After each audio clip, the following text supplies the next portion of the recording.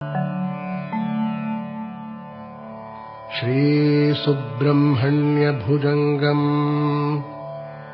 सदा बालरूपापि विघ्नाद्रिहन्त्री महादन्तिवक्त्रापि पञ्चास्यमान्या विधीन्द्रादिमृग्य गणेशाभिधामे विधत्तां श्रियं कापि कल्याणमूर्तिः। न जानामि शब्दम् न जानामि चार्थम् न जानामि पद्यम् न जानामि गद्यम् चिदेका षडास्या हृदि द्योतते मे मुखानि सरन्ते गिरश्चापि चित्रम्।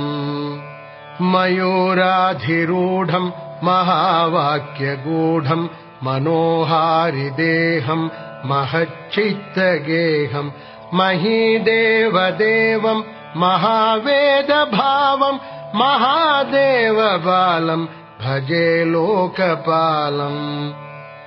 यदा सन्निधानम् गतामानवामे भवाम्भोधिपारम् गतास्ते तदैव इति व्यञ्जयन् सिन्धुतीरे य आस्ते तमीरे पवित्रम् पराशक्तिपुत्रम्। यथाब्धेस्तरङ्गा लयम् यान्ति तुङ्गाः तथैवापदः सन्निधौ सेवताम् मे इति वोर्मि पङ्क्तिर्नृणाम् दर्शयन्तम् सदा भावये हृत्सरोजे गुहम् तम्।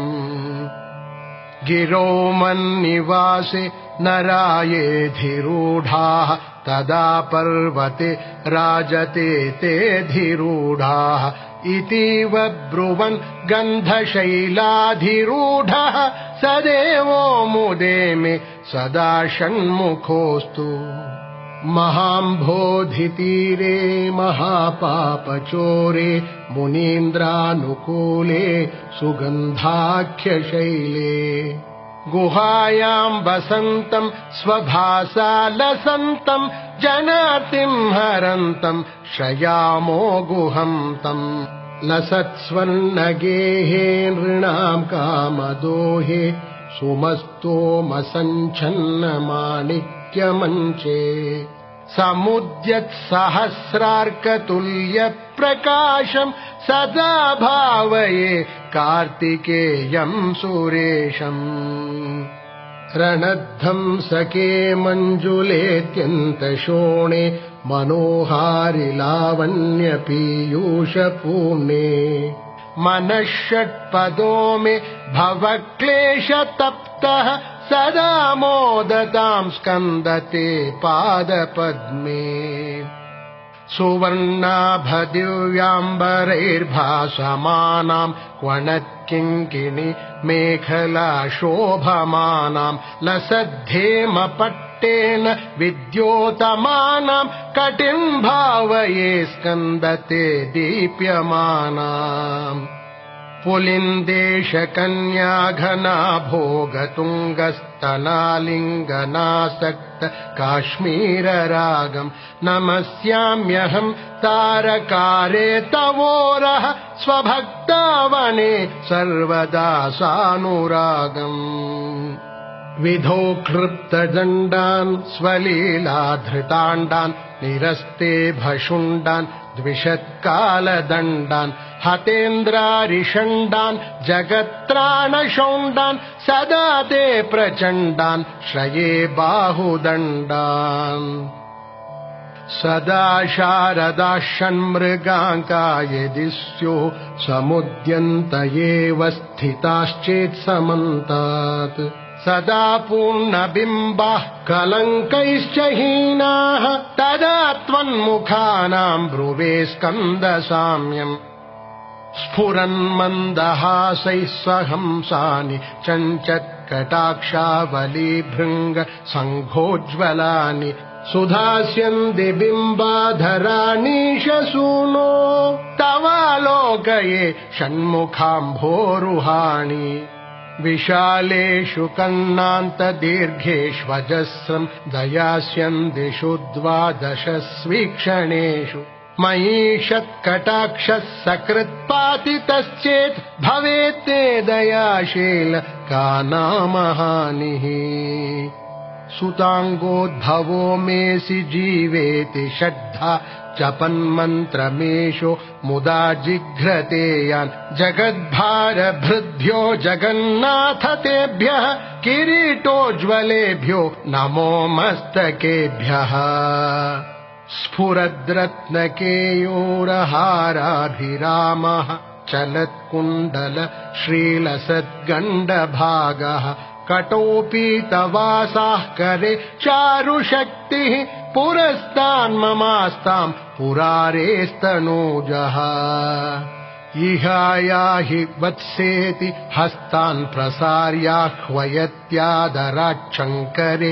मातुरङ्गात् समुत्पत्यतातम् शयन्तम् कुमारम् हराश्लिष्टगात्रम् भजे बालमूर्तिम् कुमारेश सूनो गुहस्कन्द सेनापते शक्तिपाणे मयूराधिरूढ पुलिन्दात्मजाकान्त भक्तार्तिहारिन् प्रभोतारकारे सदा रक्ष माम् त्वम् प्रशान्तेन्द्रिये नष्टसंज्ञे विचेष्टे कफोद्गारि वक्त्रे भयोत्कम्पि गात्रे प्रयाणोन्मुखे मय्यनाथे तदानीम् द्रुतम् मे दयालो भवाग्रे गुहत्वम् कृतान्तस्य दूतेषु चण्डेषु कोपात् दहच्छिन्धिभिन्धीति माम् तर्जयत्सु मयूरम् समारुह्य माभैरिति त्वम् पुरःशक्तिपाणिर्ममायाहि शीघ्रम् प्रणम्या सकृत्पादयोस्ते पतित्वा प्रसाद्य प्रभो प्रार्थयेनेकवारम् न वक्तुम् क्षमोऽहम् तदानीम् कृपाब्धेन कार्यान्तकाले मनागप्युपेक्षा सहस्राण्डभोक्ता त्वया शूरनाम हतस्तारकः सिंहवक्त्रश्च दैत्यः ममान्तर्हृदिस्थम् मनःक्लेशमेकम् न हंसि प्रभो किम् करोमि क्वयामि अहम् सर्वदा दुःखभारावसन्नो भवान् दीनबन्धुस्त्वदन्यम् न याचे भवद्भक्तिरोधम् सदा क्लृप्तबाधम् ममाधिम् द्रुतम् नाशयो मासुत त्वम् अपस्मारकुष्ठक्षयार्षप्रमेह ज्वरोन्मादगुल्मादिरोगामहान्तः पिशाचाश्च सर्वे भवत्पत्रभूतिम् विलोक्य क्षणात्तारकारे द्रवन्ते त्रिशिस्कन्दमूर्तिः श्रुतौ स्कन्दकीर्तिः मुखे मे पवित्रम् सदा तच्चरित्रम् करे तस्य कृत्यम् वपुस्तस्य भृत्यम् गुहे सन्तुलीन ममाशेषभावाः मुनीनामुताहो नृणाम् भक्तिभाजाम् अभीष्टप्रदाः सन्ति सर्वत्र देवाः नृणामन्त्यजानामपि स्वार्थजाने गुहादेवमन्यम् न जाने कलत्रम् सुता बन्धुवर्गः पशुर्वा नरो वाथ नारी गृहे ये मदीयाः यजन्तो नमन्तस्तुवन्तो भवन्तम् स्मरन्तश्च ते सन्तु सर्वे कुमार मृगाः पक्षिणो दंशकाये च दुष्टाः तथा व्याधयो बाधकाये मदङ्गे भवच्छक्तितीक्ष्णाग्रभिन्नाः सुदूरे विनश्यन्तु ते चूर्णितक्रौञ्चशैल जनित्री पिता च स्वपुत्रापराधम् सहेते न किम् देवसेनाधिनाथ अहम् चातिबालो भवान् लोकतातः क्षमस्वापराधम् समस्तम् महेश नमः केकिने शक्तये चापि तुभ्यम् नमश्चागतुभ्यम् नमः कुक्कुटाय नमः सिन्धवे सिन्धुदेशाय तुभ्यं पुनः स्कन्दमूर्ते नमस्ते नमोऽस्तु। जयानन्द भूमन् जयापारधामन् जयामोघकीर्ते जयानन्दमूर्ते जयानन्द सिन्धो जयाशेषबन्धो जय त्वं सदा मुक्तिदानेश सूनु। भुजङ्गाख्यवृत्तेन कृप्तं स्तवं यः पठेद्भक्तियुक्तो गुहं सम्प्रणम्य स्वपुत्रान् कलत्रं धनं दीर्घमायुः लभेत् स्कन्दसायुज्यमन्ते नरः सः लभेत् स्कन्दसायुज्यमन्ते नरः सः।